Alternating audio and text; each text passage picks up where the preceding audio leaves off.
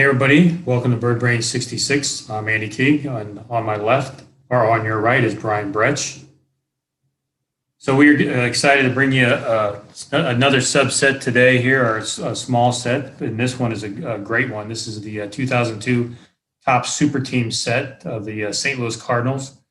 Overall, there's 146 cards in this collection and 11 select World Series teams. And for the Cardinals, they selected the 67 World Series teams, which all of the World Series teams of the Cardinals are my favorite, so it couldn't go wrong with any of them. So, what are your first impressions of this set, Brian? Out of all like the subsets that I have in my collection, I always hate to rate everything, but this one is right up there among my favorites. If it's not number one, the 67 team in general, which we'll eventually talk about here in the future, is probably like 1A or 1B for me in terms of my entire favorite team sets of all time. But and maybe it's because it's the 67 team. Or maybe it's just because I just really, really like the overall design of the card. Got some great stats on the back. If I hold it up correctly, there we go. Lots of all the core players on there. So if you're unable to collect the entire 1967 team because of the high numbers, this 2002 Topps Super Team is definitely for you. It's definitely reasonable in price. There are no short print cards in it. And you're going to get all of your favorites, including the superstars. Yep, and of course, don't forget about Red. He makes an appearance in there as well, which is cool. I'm glad they included him within the set. So yeah, it's a nice design on front and back, like you said. A lot of great cards in here. This is a kind of a sentimental set for me as well, as long as it's the regular top 67 set, because it kind of melds my dad and my grandfather together both, because two of my dad's all-time favorite players were Cepeda and Javier, which are both in this set. So, and obviously the 67 team, and Cepeda being the MVP that year as well. And the other cool thing is it melds it with my grandfather. He actually went to one of the games when they had a giveaway during that year. I didn't have it in front of me and I forgot about it. I actually have the Tim McCarver giveaway mini bat. It's sitting right up there on my shelf. I don't want to give and get it, but so it kind of all brings everything together. So really cool set, like you said. And one of my favorite pictures on the set is the Shannon with the dark hat. I love that. I love that picture of him. Really, really cool. So, what's some of your favorites out of this set? Well, we talked about it. There's two of them that I really like as I'm fumbling through all the cards, and all the cards are in color with the exception of Roger Maris here in black and white, and Tim McCarver. And as Andy and I talked about, sorry, there's a little bit of a glare there. As we talked about at the beginning, this doesn't really look like his card from '67. It looks more like his rookie card in '62, but why Roger, who is just a great guy coming over from the Yankees to join us, and why he and McCarver in black and white, I don't know, but to me that just adds to the overall coolness of the set. But before we go any further, I do want you to go down the sentimental trail there for a second. I was trying to call a timeout during this. You talked a little bit about your grandfather, but so when you mentioned, the Cepeda and the Javier card, again, I learned of this story a while back ago, but share a little bit of the naming angst that your family had when you were born. And I don't know if you want to call it debate or not, but apparently your mom is a strong woman, which I know, and dug her heels in the ground. Share that story. Well, yeah, it was a bit of a debate going on between the two of them when they were naming me. I didn't get named for 3 days. I found out my dad would set in stone that I was either going to be Orlando Cepeda Teague or Julian Javier Teague, and she wasn't having it, and he wouldn't sign the birth certificate, and they went back and forth like she told me for 3 days, and finally they wind up naming me after both of my grandfathers. So there you have it. So it's kind of like I said, got some Cardinals that I identify through my dad and also through my grandfather. So really really, really cool. And, and actually, I told this story on the, when we did the 71 set, actually buried my 67 Cepeda with my dad when, his funeral back in April. And, cause that was one of his all time favorites. So, he is enjoying that card in the afterlife. So, and, So, I mean, I've called you lots of things throughout, the almost 50 years that we've known each other, but I don't think I've ever called you Cha-Cha. So am I allowed to call you Cha-Cha moving forward? I'm gonna move forward with that, and people will just call me Cha Cha or Baby Bull. Baby Bull's in the Well, you so know, I don't know. I'll have to think about that. Maybe we'll do that on a poll sometime when we're talking about the 67 team. We'll put a little thing up there.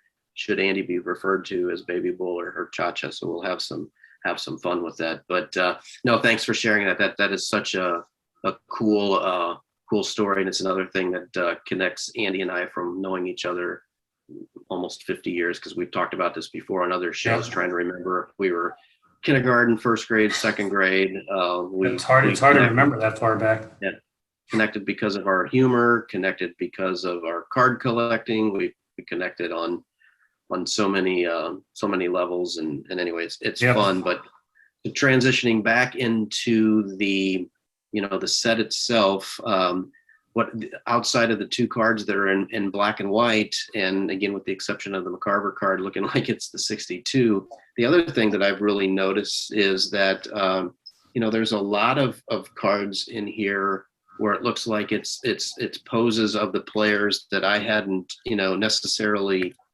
seen before, and there's Dal Maxville right Yeah. there.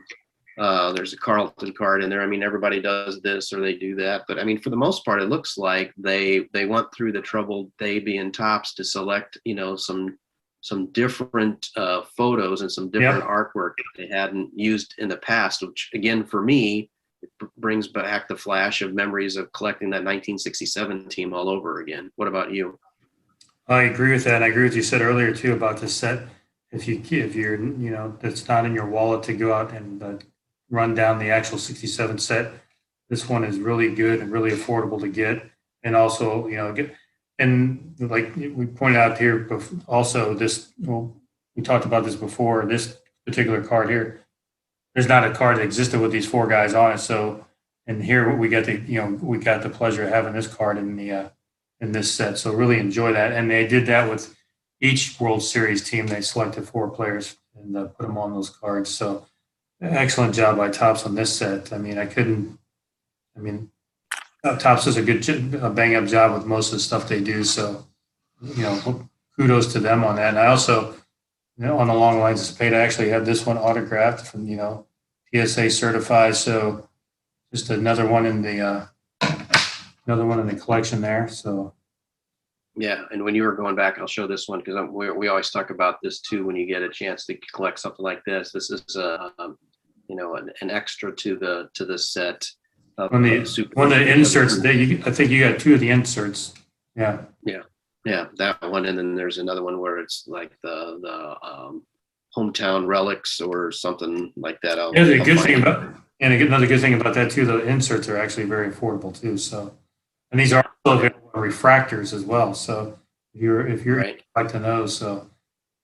Yeah, and going back to this for just a second, you and I have always talked about this, and we're big fans of multiplayer cards like this. So with these four guys on there, that's what makes it really cool, that you could have the Carlton, the Brock, the Cepeda, and the Gibson all on one card. Is just, to me, over the years of collecting, when we've talked about this too, when you can get the Mays and the Musial card together, or the Ken Boyer and the Mickey Mantle card, or the two players on one card, to me that's just awesome. But again, I'm going to rate this again, but on a scale of 1 to 5, with 5 being the highest, this is a 5 for me. No, hands down. Just that I love this subset. It's, again, ranks up there among the tops for me, and again, easy to obtain, easy to collect, very affordable. So Anyway, final thoughts for you, Andy. I mean, any other players in this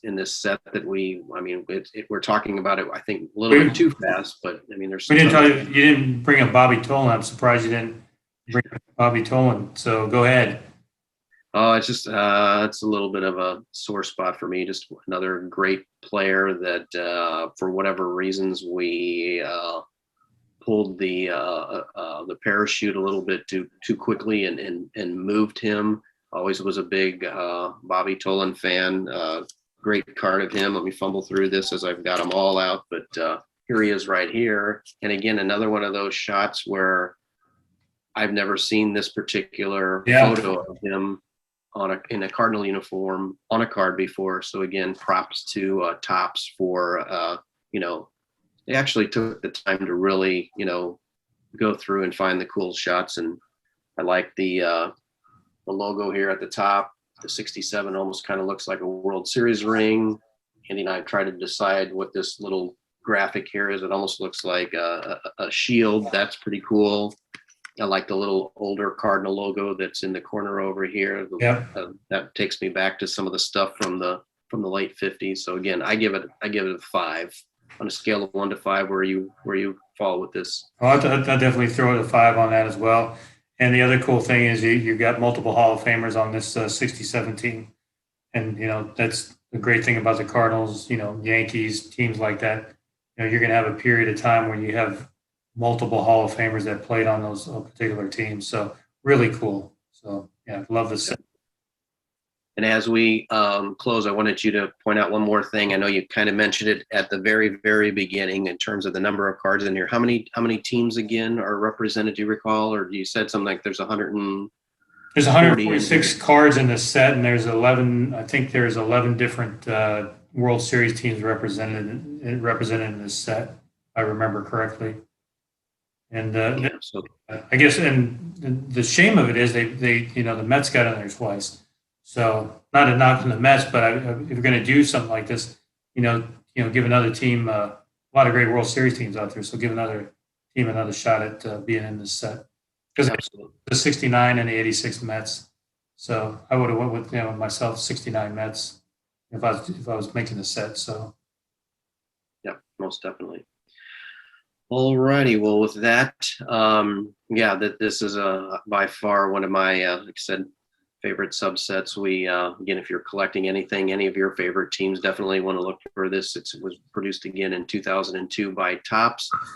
But with that, I'll turn it over to Andy so he can say goodbye, and then I'll close with where you can find us. Yeah, just thank everybody for checking us out. Keep checking us out.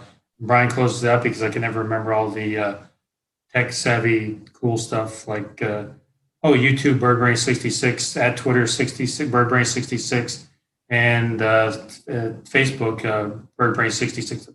I get it right? There you go. There you go. Look at that. He's okay, closing. So there you go.